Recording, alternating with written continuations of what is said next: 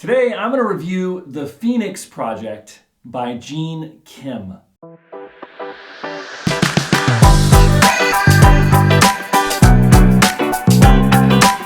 Hi, I'm Ryan Hayden. I'm one of the founders of Build Online. We plan, design, and build custom software and custom apps for businesses and entrepreneurs. And I'm on a mission to help business people understand the world of software development.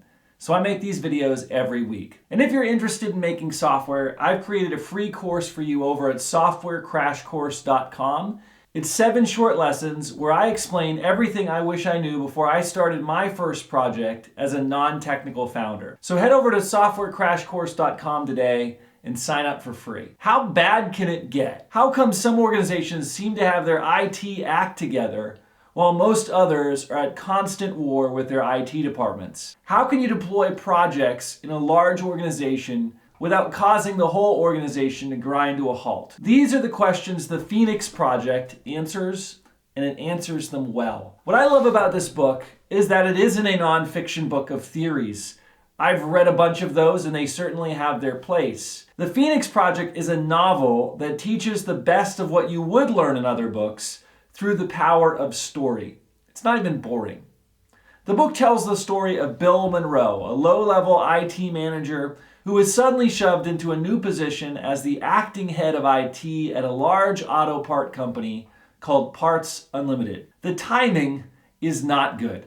And within hours of his promotion, he has to deal with major IT issues at the company. The company hasn't performed well for years, and the board members are looking to split it up, and they're looking to fire the CEO. Now, all of this is compounded by a new project, the Phoenix Project, which is supposed to fix all the company's problems and put them ahead of their competitors. But the Phoenix Project is millions of dollars over budget and years late. Despite the project being nowhere near ready, the CEO insists on a launch in 2 weeks and announces it publicly. To add even more fuel to the dumpster fire that is his new job, Bill has to deal with a major financial audit involving IT, and that also has a 2-week deadline. Predictably, everything goes bad. So badly that the board wants to move ahead and split up the company, and the CEO wants to outsource the entire IT department. Fortunately, Bill is helped by a mysterious IT expert the board is looking to bring on named Eric. Eric introduces Bill to the 3 ways,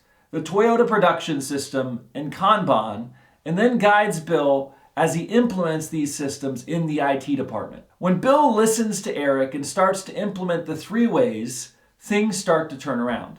The IT department gets a better understanding of the flow of work, identifies and optimizes for their critical resources, and automates and streamlines their deployments to the cloud. They learn to be constantly testing and improving, fixing problems before they show up, and paying down technical debt. And by the end of the story, Bill is able to turn their IT team from the company's biggest liability to their biggest asset, and is put on a fast track to become the new COO of the company. Let's talk about some takeaways. I think what this book does best is it shows how bad it can get when IT is poorly managed and poorly understood. In a modern business, IT isn't just a department that answers the phone with, "Did you try turning it off and on?" It's a core competency relevant to every part of the business. And the book shows how sales, marketing, manufacturing, and finance, as well as the company's bottom line, were all being hindered by bad ideas about IT. A central concept in the book is the 3 ways. And to be honest, it kind of gets lost a little bit in the novel. And fortunately, the book has a long afterword that explains the principles of the 3 ways. The first way is flow and systems thinking. It's learning to see work as it relates to the entire company and to visualize the way work flows through the company. And that ended up helping Bill understand what his actual issues were and starting to get control of his wayward IT department. The second way is amplifying feedback loops. In the book, Bill and his team started seeking feedback both from other departments and from the customers, and created ways to make that feedback clear and actionable. The third way the book talks about is a culture of continual experimentation and learning. Because Bill's team fixed the deployment issues and started actively looking for issues before they showed up, they were able to harden their code and greatly reduce the amount of hair-on-fire work coming at their department. They were also able to learn from customer and internal feedback and constantly experiment with their product, which led to increased profits for the company. So should you read it? Now, I don't work for a large company. I never have. My company has about 20 employees. Even still, I'm glad I read the book. It's more than just a great cautionary tale for IT and development. It shows how important the right kind of IT procedures and the right kind of project management can be to any company. Not just Silicon Valley startups, but traditional manufacturing sectors like auto parts. I think if you work in IT or development, you should read this book. I also think if you're wondering why your traditional business is getting passed by your competitors, this book might be really helpful to you. Amazingly, the authors managed to write a novel that teaches about IT principles without it being boring. I actually really enjoyed the story part of it.